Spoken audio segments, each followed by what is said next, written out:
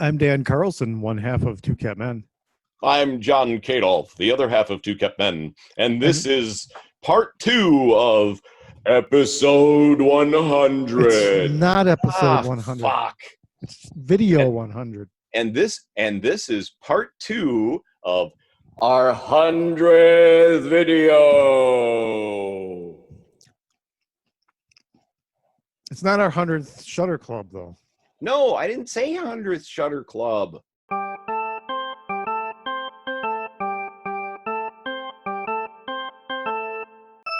Shudder Club. Wouldn't this be our 101st video then? No, we're not calling it that. We're calling it our 100th video, part two. We watched a movie that I've known and loved for many years.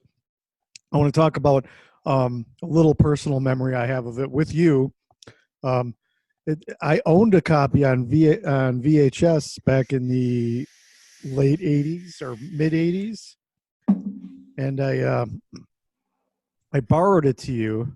You lent it to me. I lent it to you, and you and your father watched it together. It was because I remember getting I remember you calling me and saying, "Yeah, my dad loved it," and he said it was great that we watched it, but you shouldn't borrow me movies like that anymore. Yeah. I mean, he was real kind of strict, kind of straightforward guy. But Yeah. he enjoyed a lot of things, he found the humor and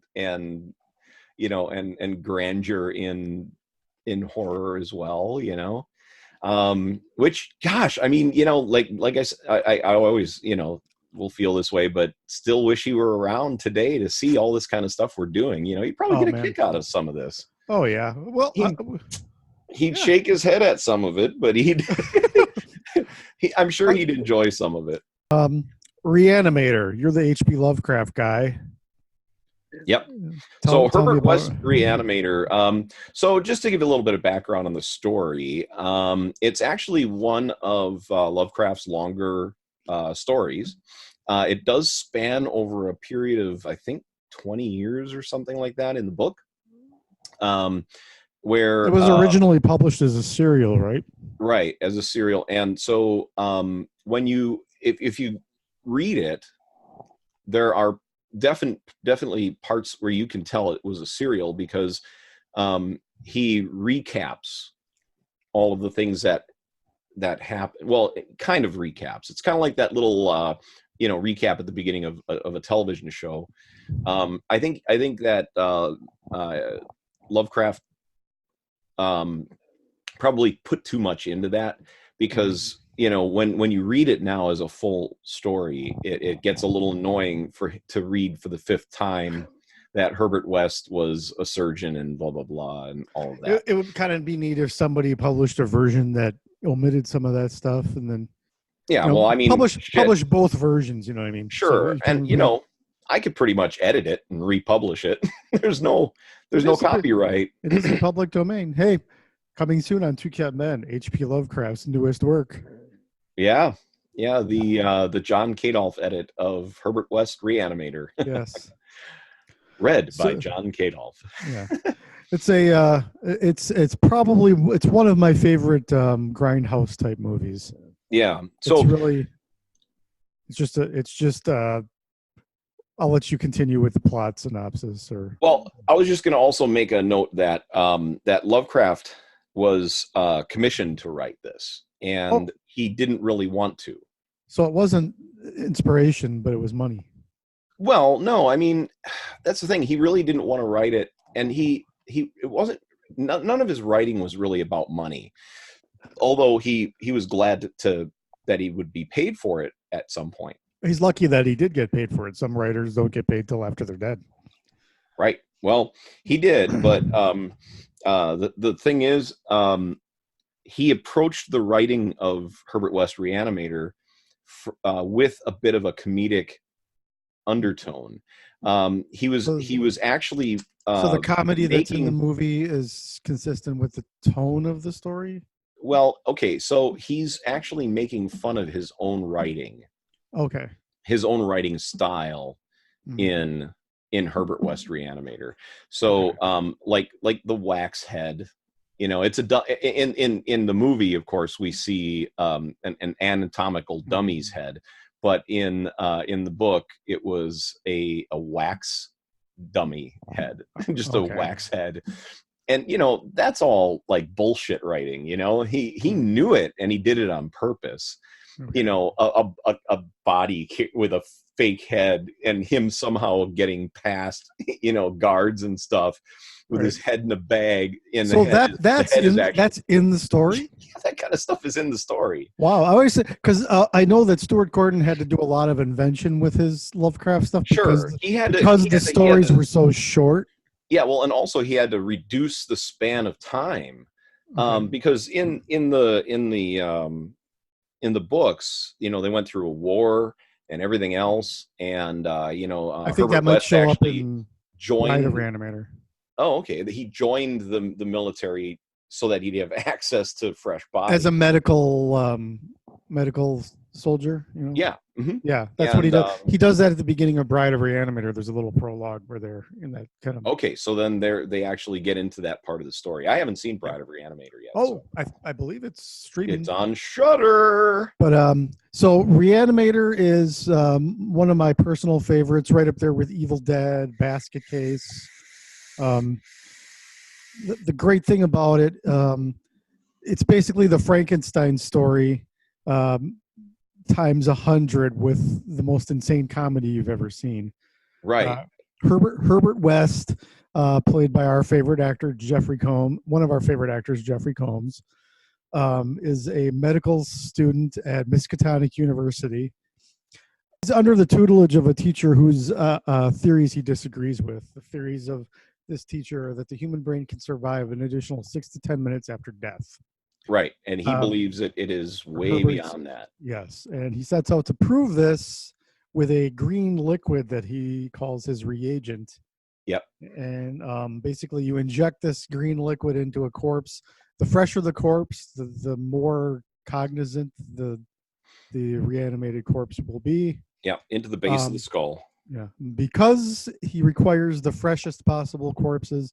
It's not that far of a leap to the point where he's basically creating corpses in order to fulfill his experiments. Yeah. Um, there's a couple of there's at least one character who's not in the story at all, and that's Meg, the Barbara Crampton character. And her boyfriend Dan, I don't know if he's in the story. I would imagine he would have to be because he kind of No. gives. In fact, the daughter's not in the story I know either. the daughter's not. Yeah. So there's a And Dan isn't, but he does have an assistant in the story. So Dan takes over the role of the assistant in the story. Dan is another student at the university. He takes Herbert on as a roommate.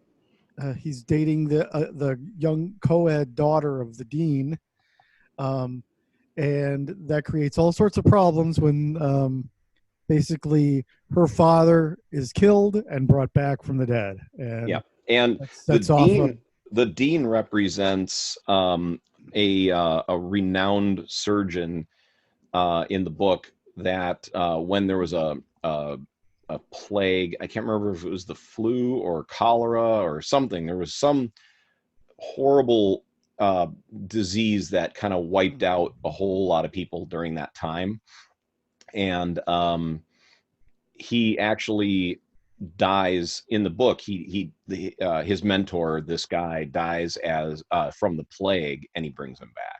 Okay, so it's not quite the way it plays out in the movie then. Right.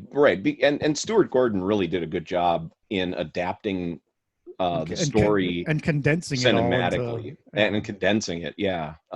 Also in the story, it goes into how once brought back, how he was the most cognizant of well, almost the most cognizant of the reanimated people, but he was found and then put into a mental institution, and so the whole padded room with the straitjacket and stuff, that was book accurate as far as that aspect.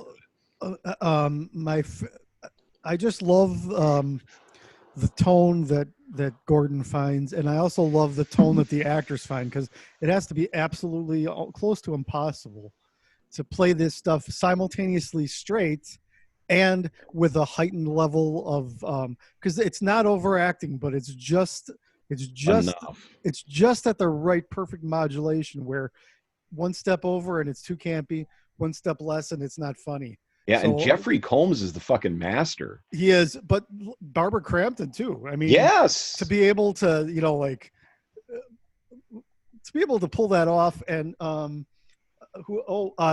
think David Gale, who plays the doctor, or yeah, the headless guy. Yeah. There's a level of commitment.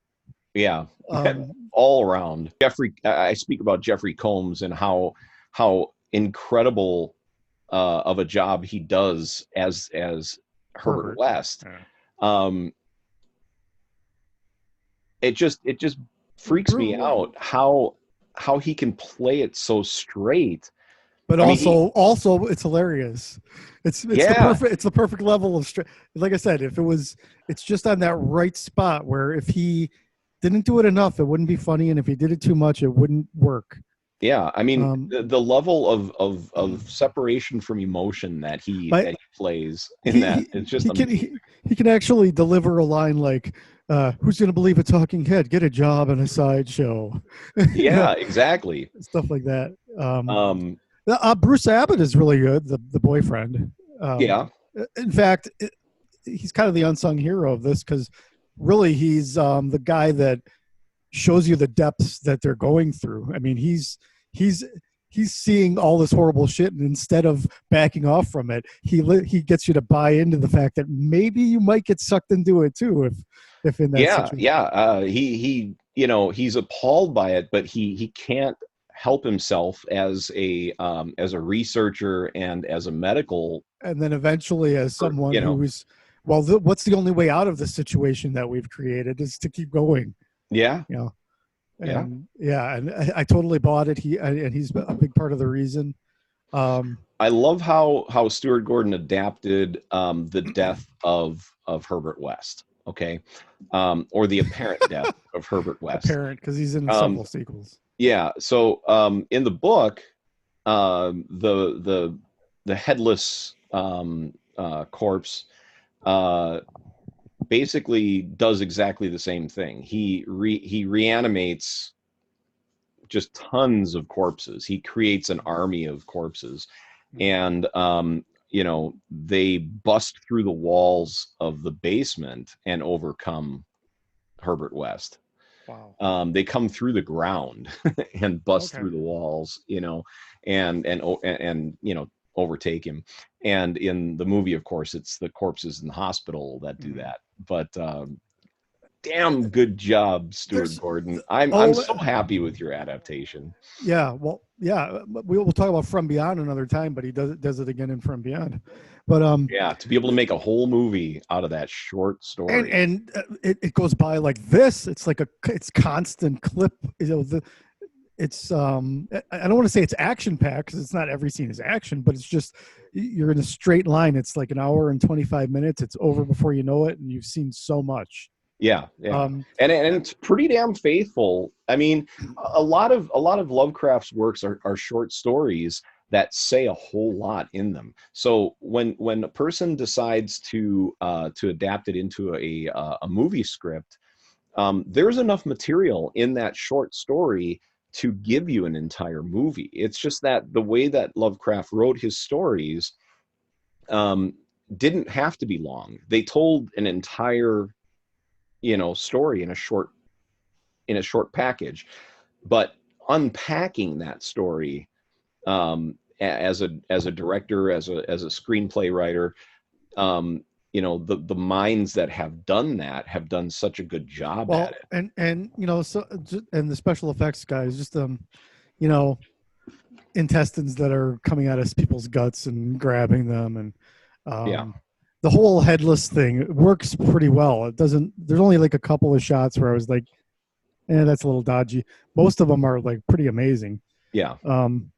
And just the whole um, Oh, and real quick, in the book, the head is actually okay. So Herbert West basically makes this concoction, this like drum of Mm, primordial soup, mm. and the head is in there originally Oh, okay. to Well, keep it alive. I think it makes sense the way they did it. They just have them shooting the green liquid into the blood or something.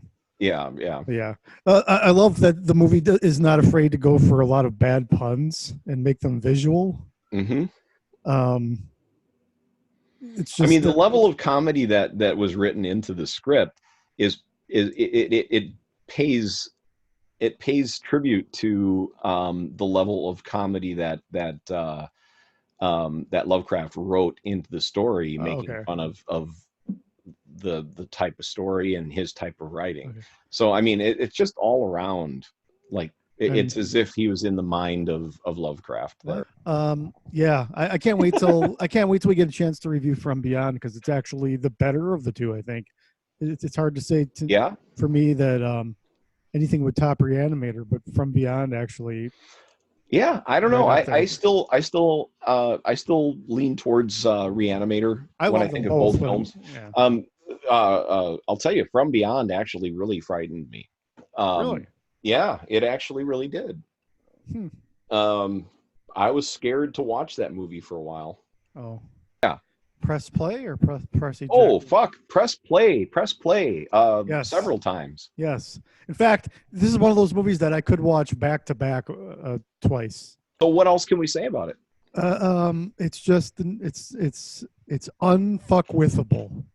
Right. You I can't agree. you can't go wrong with pizza, beer, and Re-Animator. Very true.